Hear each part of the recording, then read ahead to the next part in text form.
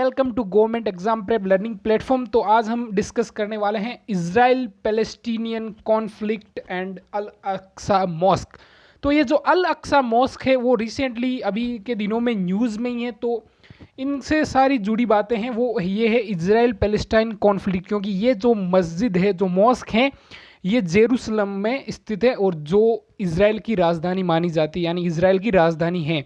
तो ये सारी क्या चीज़ें तो इस वीडियो के माध्यम से हम डिस्कस करने वाले हैं। और जो वायोलेंस हो रहा है यानी कि जो हिंसा हो रही है अल अक्सा मॉस्क पे और जो इजराइल पैलेस्टीन कॉन्फ्लिक्ट है वो फिर से री इमर्ज हो गया, तो इसके बारे में हम पूरी डिटेल से जानकारी प्राप्त करेंगे। तो स्टार्ट करते हैं। ये देखिए, ये जो सारी इमेजेस है ये जो इजराइल और पैलेस्टीनियंस के बीच में जो मिसाइल में इधर उधर से चल रही हैं, तो काफ़ी सिविलियंस ने उसमें जान भी गंवाई है। तो ये सारी उसकी इमेजेस हैं, ये जो आप देख रहे हैं इसमें स्क्रीन पे। अब आगे की बात करते हैं, तो स्टार्ट करते हैं हिस्ट्री से। तो हिस्ट्री की बात करने से पहले हम पहले मैप को ज़रा देख लें। तो ये जो पूरा पार्ट है ये इजराइल है, जो ये वाला कलर है तो ये वाला इजराइल है। और इसकी नेबरिंग कंट्रीज़ की बात करें ये भी इंपॉर्टेंट हो जाती। तो फर्स्ट जो वेस्ट में है वो है इजिप्ट, और ये है मेडिटेरेनियन सी, और ये जो है ईस्ट में जॉर्डन, इसके पीछे ये थोड़ा सा सऊदी अरेबिया से भी इसका बॉर्डर लगता है, और इस साइड नॉर्थ ईस्ट में सीरिया और नॉर्थ में है लेबनान। अब इसराइल का जो ये पार्ट है इसको हम जो इसराइल कहते हैं तो इसको दो भागों में डिवाइड कर देते हैं। एक तो जो ये वाला कलर है ये तो है पूरा इसराइल, जो यानी कि ज्यूज सेटलमेंट्स है इसमें, यानी कि जो ज्यूज यानी यहूदी पीपुल यहाँ पे रहते हैं। अब दूसरी बात करें तो ये एक यहाँ पे है गाजा, और यहाँ पे एक नाम आता है वेस्ट बैंक। वेस्ट बैंक और गाजा यहाँ पे मेनली पैलेस्टीनियन सेटलमेंट्स है, यानी कि जो पैलेस्टीनियन मुस्लिम्स हैं वो रहते हैं। यानी दो कम्युनिटी यहाँ पे, एक तो ज्यूज यानी यहूदी और एक पैलेस्टीनियन मुस्लिम, उनके बीच में ये सारी चीज़ें कॉन्फ्लिक्ट है। तो इसकी हिस्ट्री के बारे में हम अभी जानेंगे। तो ये दो चीज़ें इंपॉर्टेंट हो जाती, Gaza strip and West Bank, और इसके बीच में जेरूसलम जो अभी इसराइल के हैंड में, लगभग पूरी तो नहीं पर लगभग 90%। अब हिस्ट्री की बात करें तो बिफोर वर्ल्ड वॉर वन, अब काफ़ी सालों के पहले की बात करें तो ये जो पूरा रीजन था ना, जो वेस्ट एशिया और ईस्टर्न यूरोप, ये पूरा एक टर्किश एम्पायर जो ओटोमन एम्पायर के अंडर में आता था। तो इसमें सारे रिलीजन्स रहते थे, जैसे कि ज्यूज, मुस्लिम, और सारे 19th सेंचुरी तक। और जैसे कि हम आगे बढ़े तो Ottoman for nearly 400 years towards the end of 19th century Palestine which was divided between, ये क्या लिखा हुआ ये, of Jerusalem, Syria, Valiat and Beirut. Valiat was inhabited predominantly by Arab Muslim. अब जो क्या ज्यूज कम्युनिटी थी वो ज़्यादातर थी तो यहाँ की जेरूसलम की, क्योंकि ये जेरूसलम सिटी बहुत इंपॉर्टेंट हो जाती, क्योंकि जेरूसलम तीनों Abrahamic religions means Muslim, Christianity and Jews, ये तीनों के लिए बहुत इंपॉर्टेंट है जेरूसलम। तो जो ये यहूदी यानी जूस थे वो ईस्टर्न यूरोप में चले गए, और यहाँ पे कौन रह गए, वो अरब्स, मुस्लिम फार्मर्स और जो पैलेस्टीनियन मुस्लिम कम्युनिटी वो। तो ये सारी चीज़ें हो गई। अब जैसे जैसे 19th सेंचुरी आती गई, at the time most of the Jews world wide lived outside of Palestine, ये मैंने पहले ही बात की थी, predominantly in eastern and central Europe with significant community in the Mediterranean, Middle East and the Americas. ये सारी कम्युनिटी जो जूज कम्युनिटी थी वो वर्ल्ड के अनेक भागों में फैल गई अलग अलग। तो the roots of the conflict can be traced to the late 19th century with the rise of national movement including Zionism and Arab national. अब जो जूज कम्युनिटी थी उनमें तो एक नेशनल मूवमेंट हुआ, वो है जियोनिज्म, यानी कि उसका नाम यहाँ पे द वर्ल्ड जियोनिस्ट ऑर्गेनाइजेशन 1897 में जूज के द्वारा एस्टेब्लिश्ड हुई, और उस टाइम ही अरब नेशनलिज्म भी राइज हुआ। तो through the Jews aspiration to return the Zion, अब जियोन यहाँ पे क्या पार्ट है, जो इसराइल का जो पार्ट है ना जहाँ पे ये जूज कम्युनिटी यानी यहूदी बिलोंग करते हैं, ये है Xeon, had been part of Jewish religious throughout the more than a millennium, यानी कि थाउजेंड्स ऑफ ईयर्स से वो जूज का ही था। यानी वहाँ पे जूज भी हुए, क्रिश्चियन भी हुए, क्रिश्चियन तो अनेक भागों में चले गए, पर जो अरब और जूज वापस आने लगे, और अरब तो वहीं रह रहे थे। तो the Jews population of Europe and the some degree Middle East began to more actively discuss immigration back to the land of Israel, यानी वो वापस आने की बातें करने लगे। क्यों?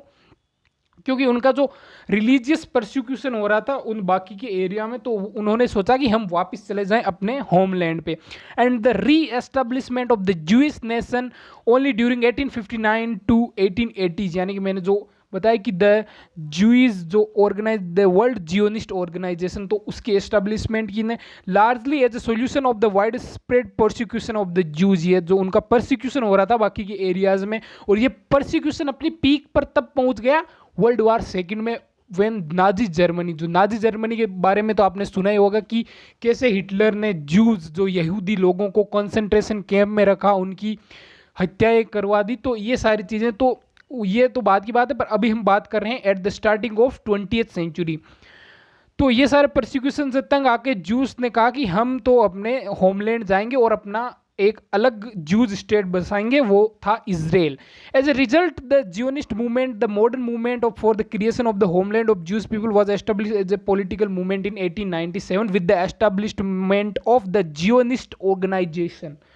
अब आगे स्टार्टिंग की बात करें तो इन द स्टार्टिंग ऑफ, तो यहाँ पे आते हैं, for nearly a century the Jewish community in what is now Israel and Palestine Arabs have battled over a 10,000 square mile territory between the Mediterranean sea and the Jordan river. जो ये area ये map में दिया रखा, वो both claim historic and religious ties to the land, so the conflict has become a geopolitical war with far-reaching implications throughout the years of fighting. Israel's share of the land has grown from 3% in 1970 to 87%, यानी Israel जो उसके पास only 3% share था इस land का, अब वो 87 तक increase हो चुका है, और पैलेस्टाइन बहुत ही छोटा हो चुका। तो 1917 की बात करें तो ये पूरा एरिया था पैलेस्टाइन, और इस पे जो राज यानी रहते थे अरब थे, वो जो पैलेस्टीनियन मुस्लिम कह सकते हैं, पैलेस्टीन को हिंदी में फिलिस्तीन कहते हैं। अब जो 1907 की बात करें तो ये हिस्ट्री स्टार्ट होती है, मैंने पहले ही डिस्कस कर दिया, द वर्ल्ड जियोनिस्ट ऑर्गेनाइजेशन के एस्टेब्लिशमेंट के साथ ही is created to advocate for the establishment of a Jewish homeland in Palestine. अब 1917 में एक चीज़ हुई, द बाल्फोर डिक्लेरेशन, यानी British foreign secretary James Balfour approves. अब इसको बाल्फोर डिक्लेरेशन क्यों कहते हैं, क्योंकि ब्रिटिश फॉरेन सेक्रेटरी जो जेम्स बाल्फोर था उसने अप्रूव किया कि the creation of a national homeland for Jews in Palestine, यानी कि कुछ एरिया जो पूरा जो पैलेस्टाइन का उसमें से कुछ एरिया जूज को दे दिया जाए, जो वो वहाँ पे कुछ अपने एस्टेब्लिश कर सकते हैं जो सेटलमेंट से। अब जो ये चीज़ तो शांत रही, 1947 तक ये चीज़ बहुत ही हाई लेवल की चल चुकी थी, क्योंकि जो नाजी जर्मनी था उससे जूज का प्रोसिक्यूशन बहुत ही हद तक किया, तो जूज बहुत ही नाराज हो गए। तो यूएन पार्टीशन प्लान उस टाइम प्रस्तुत किया गया यूएन के द्वारा, यूनाइटेड नेशन के द्वारा। The UN successfully passes a plan to separate Western Palestine into two states. Jewish leaders accepted the proposal while Palestine Arab leaders rejected it, prompting riots. तो अरब ने रिजेक्ट कर दिया और ज्यूज ने कहा कि ठीक है, हमें आप जो एरिया दोगे हम उसी पे ही रह लेंगे। अब आगे क्या हुआ कि 1948 और 49 में अरब इजरायली वॉर स्टार्ट हो गई, यानी कि ये यूएन का जो प्लान था वो पूरा होने से पहले ही अरब यानी कि जो मुस्लिम कंट्रीज थी और इजराइल के बीच में वॉर हो गया। तो ये इसका कारण था कि the Jewish community declares itself independence in the new state of Israel. War breaks out between Israel and forces from nearly Arab nation. वो नियरली अरब नेशन कौन कौन से, Saudi Arabia, Jordan, Syria, Egypt, तो सारों ने Palestinian का साथ दिया, पर इजराइल उस वार में विनर हुआ। और उसने क्या किया कि July 1949 Israel and Arab state agreed to an armistice, यानी सीज फायर हो गई। They result in the Israel controlling over 78% of Palestine, यानी कि इस वार का रिजल्ट ये हुआ कि इजराइल को जो लैंड एरिया वो बहुत ही बढ़ गया। आप देख सकते हैं जो ये येलो एरिया ये इजराइल ने ले लिया, और ये जो साइड वाला गाजा स्ट्रिप और जेरूसलम अभी भी जो इंटरनेशनल जोन था, यूएन का जो प्लान था उसके अकॉर्डिंग जेरूसलम एक इंटरनेशनल सिटी होगी, उस पे जूज का भी अधिकार होगा और मुस्लिम्स का। तो अभी तक तो जेरूसलम इंटरनेशनल सिटी ही थी इस वॉर के बाद। तो इजराइल 78% एरिया पे जो उन्होंने कब्जा कर लिया। The UN estimates that more than 7 lakh Palestines Arab become refugee in this period. तो वो सारे रिफ्यूजी हो गए, अपनी कंट्री के छोड़ के वो इजराइल में आ गए। अब जो बाकी जो ब्रोकआउट हुआ उसके बाद शांति बनी रही कुछ सालों तक, और उसके बाद जो ब्रोकआउट हुआ वार का वो 1967 में, और उस वॉर को कहा जाता है 6 day war. Using air, sea and ground combat Israel capture the Sinai. तो इस वॉर में इसराइल ने बहुत ही खतरनाक काम किया। पहला काम तो ये किया, जो सारी कंट्रियां थी, मुस्लिम कंट्रियां जो इसराइल के अगेंस्ट लड़ रही थी पैलेस्टाइन के लिए, तो उस पे इसराइल ने अटैक किया। और जो इजिप्ट थी पहली, तो उसका तो सिनाई पेनिनसुला उसने कैप्चर कर लिया, और गोलान हाइट्स जो है वो सीरिया की कैप्चर कर ली। Although the Israel army does not annex the West Bank of the Jordan, it begins to occupy the region. तो जॉर्डन का जो वेस्ट बैंक उसको तो ऑक्यूपाई नहीं किया, पर जो इजिप्ट की जो सिनाई पेनिनसुला और जॉर्डन की गोलान हाइट्स को वो उसने कब्जा कर लिया। अब बाकी की बात हुई, तो ये आप देख सकते हैं जो एरिया और जो 1948 में जो हुआ, ये 1967 में और भी बढ़ गया। तो ये सारी जो चीज़ें, इजराइल और बड़ा हो गया, और जेरूसलम को भी इसने, वेस्टर्न जेरूसलम को भी कंट्रोल में कर लिया। अब जो गाजा स्ट्रिप और वेस्ट बैंक में ही सिर्फ जो वो रहे कौन, पैलेस्टीनियंस। अब आगे बात करें तो 1967 तक हमने बात कर ली। तो 1982 में क्या हुआ, Israel return Sinai peninsula to Egypt. अब इजराइल और इजिप्ट के बाद में कुछ बातचीत हुई, और वो सिनाई पेनिनसुला को इजिप्ट को वापस देने के लिए राजी हो गए। And the two countries sign a peace treaty making Egypt is the first Arab nation to officially recognise Israel as a state. अब इजिप्ट ने कहा कि हमें तो इस वॉर से कुछ मिल नहीं रहा, तो उन्होंने जो इजराइल से वो अपनी टेरिटरी वापस ले ली और एक पीस ट्रीटी साइन कर दी। अब ये पीस ट्रीटी आगे हम बात करें तो आगे अभी कुछ दिनों पहले ट्रंप एडमिनिस्ट्रेशन ने उसको आगे भी बढ़ाया, जो अब्राहम अकॉर्ड के नाम से जाना गया। तो इसमें जो फॉर्मल कंट्री, जो कुछ अरब कंट्रीज है, उसने भी इसराइल के साथ रिलेशन नॉर्मलसी के लिए बढ़ाए, ताकि इस जो इलाके में यानी रीजन में पीस को एस्टेब्लिश किया जा सके। तो ये पर अभी जो कॉन्फ्लिक्ट चल रहा है उससे तो ये चीज़ें अब ख़त्म होने की ओर दिख रही, पर देखते हैं क्या होता है आगे फ्यूचर में। तो आपको याद रखना अब्राहम अकॉर्ड, तो इससे जो यूएई है, कतर है, ये सारी कंट्रीज इसराइल के साथ बातचीत करने में आगे बढ़ी, और इसी के साथ सऊदी अरेबिया ने भी इसराइल के साथ बातचीत की। अब 1987 टू 1993 का जो पीरियड है वो फर्स्ट इंतफादा के नाम से जाना जाता है। इंतफादा का मतलब क्या होता है कि इसमें जो पैलेस्टीनियन रीजन में था, वो जो मुस्लिम्स थे उन्होंने एक सिविल डिसओबीडियंस मूवमेंट यानी राइट दंगे सारे होने लगे, और उन्होंने मिलिटेंट्स ऑर्गेनाइजेशन बना ली ताकि जूज स्टेट इजराइल के अगेंस्ट लड़ा जा सके। तो इस जो सारी चीज़ों से एक जो यूएस है, यूएन है, उन्होंने मीडिएशन की बात कही कि इससे तो रीजन में डीस्टेबलाइजेशन हो जाएगा, यानी कि रीजन डीस्टेबलाइज हो जाएगा। तो 1993 से 1995 के बाद द ओस्लो अकॉर्ड की बात कही, यानी ये एक अकॉर्ड हुआ इसराइल और पैलेस्टाइन के बीच में, और मीडिएशन की थी यूएसए ने।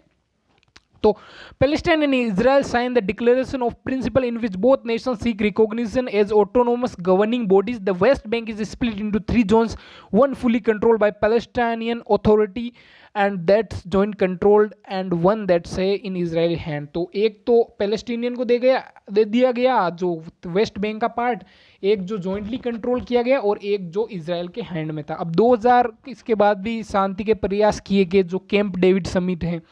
तो the Israeli army withdraws from Lebanon. The Camp David summit aims to have the two sides finally agree on the settlement. The talks eventually fall and the violence lead to the second Intifada in 2000-2005. तो ये talks जो है वो पूरी तरह से fail हो गई और कोई भी सेटलमेंट नहीं हो पाया, और इसी के साथ वापस वायोलेंस स्टार्ट हो गई, जो सेकंड इंतफादा के नाम से जानी जाती हैं। अब आगे बात करें तो अप्रैल 2002 रोड मैप फॉर पीस। अब तो पीस के लिए प्रयास जारी रहे। The European union, United nation, USA and Russia release a road map which outlines A clear time table towards a Palestinian state. तो ये सारी पीस की बातें जारी रही। अब 2005 में यानी 2005 में क्या हुआ, Gaza expulsion plan. Israel defence forces leave the Gaza strip and force settlement in the northwest west bank as a part of unilateral disengagement plan। यानी कि इजराइल ने भी कुछ किया जो डिसएंगेजमेंट के लिए, पर बहुत थोड़ा किया। तो अब सितंबर 2011 में क्या हुआ कि Palestine submits a bid to the UN for statehood and membership. तो पैलेस्टाइन ने भी यूएन को सितंबर में कहा कि हमें भी स्टेटहुड की मेंबरशिप मिल जानी चाहिए जैसी इजराइल को दी गई। तो ये सारी चीज़ें हुई थी starting of the 20th century to 2011 यानी कि 2011 तक। तो ये सारी चीज़ें आपको ध्यान में रखनी है, जो ये इसकी हिस्ट्री है। तो अब इसकी समरी ये हो जाती है कि अभी तक जो कोई भी रिजल्ट नहीं लिखना। अब बात करते हैं कि जो प्रेजेंट में है वो क्या हो रहा है। तो ये हैं जो जेरूसलम की सिटी हैं, तो ये आप देख सकते हैं मैप में। तो ये अल अक्सा यहाँ पे मॉस्क है और ये जूस क्वार्टर है, तो इनके बीच ही कॉन्फ्लिक्ट चल रहा है। जूस कह रहे हैं कि हम इनको पैलेस्टीनियन को अल अक्सा मॉस्क में जाने नहीं देंगे, क्योंकि ये सब हैं मिलकर एक प्लान बना रहे हैं इसराइल के अगेंस्ट, यानी कि जो इसराइल की सिक्योरिटी के लिए थ्रेट है, ये इसराइल का कहना है। तो इसराइल ने अटैक भी किए गाजा स्ट्रिप पे, और इसके रिटेलिएशन में भी जो हमास मिलिटेंट ऑर्गेनाइजेशन है वो जो गाजा स्ट्रिप में बेस्ड है, तो उसने भी इसराइल पे अटैक किया। तो lot of civilian lost their life in these attacks. तो ये सारे मैप आप देख सकते हैं। तो इसराइल पैलेस्टाइन कॉन्फ्लिक्ट री इमर्ज्ड अगेन। अब ये क्यों री इमर्ज हुआ? क्योंकि अल अक्सा मॉस्क पे कन्फ्लिक्ट के कारण। The violence re-emerged because the Palestinian Muslim tried to enter Jerusalem, जो ईस्ट जेरूसलम में है, वो अल अक्सा मॉस्क है, which is third holiest site in Muslim religion after Mecca and Medina. तो ये सारी चीज़ हैं। तो अब टेंशन क्यों किसके बीच में? Israel security forces and Palestinians Muslim. अब Israel air force Israeli arm forces का क्या कहना है कि Palestines are gathering for attack against Israel and they attacked on self defence but ground reports are different. यानी कि इसराइल आर्म फोर्स का कहना है कि ये जो अटैक करना चाह रहे हैं इसराइल के अगेंस्ट जो पैलेस्टीनियंस है, पर इसराइल कह रहा है कि हमने सेल्फ डिफेंस में उन पे अटैक किया न कि, पर ग्राउंड रिपोर्ट कुछ डिफरेंस हैं। The tension between far right wing Jews versus Palestinian Muslim, ये जो टेंशन है ये इनके बीच में। यानी कि जो हमास ने भी रिटेलिएशन में इसराइल पर अटैक किया, Israel attacked on Gaza strip. जब इसराइल ने गाजा स्ट्रिप पे अटैक किया, हमास जो मिलिटेंट ऑर्गेनाइजेशन है उसने भी रॉकेट अटैक किए इस पे इसराइल पे। तो इसकी बात करें तो this is the gravest escalation and violence we have seen of late in the West Asia region. तो जो पीस की जो पूरी ट्राई हो रही थी वो पूरी तरह से यूजलेस हो चुकी है।